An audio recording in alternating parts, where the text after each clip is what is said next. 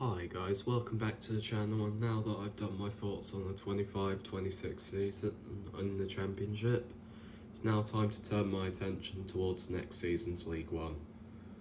This league could go either way for all 24 teams, as there's no runaway money clubs such as Birmingham or Wrexham next year. Let's quickly get to these 5 points.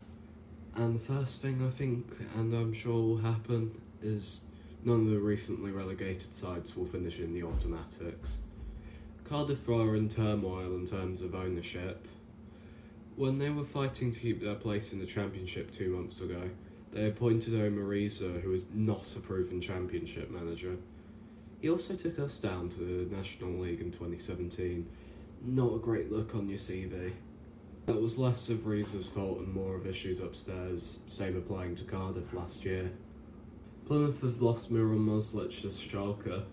I understand what Greens fans have been saying about him walking out on them, but Schalke are one of the more decorated clubs in German football, even if they are in Bundesliga 2 currently. No manager Plymouth could bring in could have the same spark that they had towards the end of the season this year. Luton may be looking at their Premier League experience and boldly using that against Championship sides last year. They are still receiving their Prem parachute payments, so maybe this could be a different story and return instantly if they are to go up, we'll say. I don't think it'll be for autos if Luton do get promoted. But the second thing I think will happen is Reading will finish minimum 6th. They will certainly feel more buzzed about the club, as now there's much less uncertainty around the existence of the club. They have good quality of players from last season, which will help them, along with Rob Kohig maybe taking out his wallet and going for the transfer window. Attendances will probably be back up to the 20,000 where it used to be before Dai Young was in charge. The third thing I think will happen is Stevenage will make a top half finish. Some of the business that they've done already is absolutely cracking. They've signed Jordan Houghton, who won the division 2 years ago with Plymouth. Also brought in Shem Campbell from Wolves, who played a part in lifting a dead club walkie in Reading last season when Murray started to rise. And Saxon Early to make 2 ex-Plymouth Argyle League One title winners.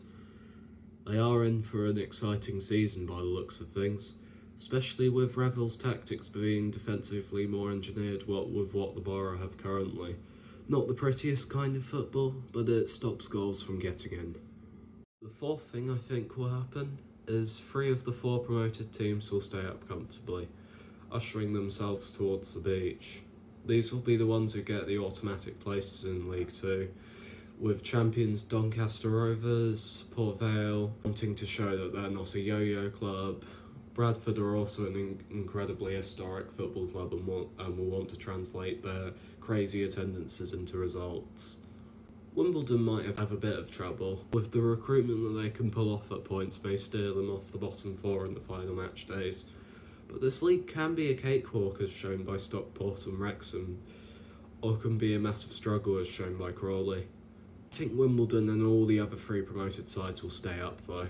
Just Wimbledon might have a bit of trouble towards the end, but League 2 was strong last year. It's not looking super unlikely that all of them stay up. And then the 5th one, and the last one, and the one that will probably come back to bite me maybe, is Peterborough will let the sales slip them down. Posh spend far too much time selling all their stars in transfer windows just to bring in kids from non-league. Although this did work from the other season, and they did make the playoff semi-final, this is shown to not work last season, as they just had a 6-point gap between them and the bottom 4, with 3 left going into the end of the season.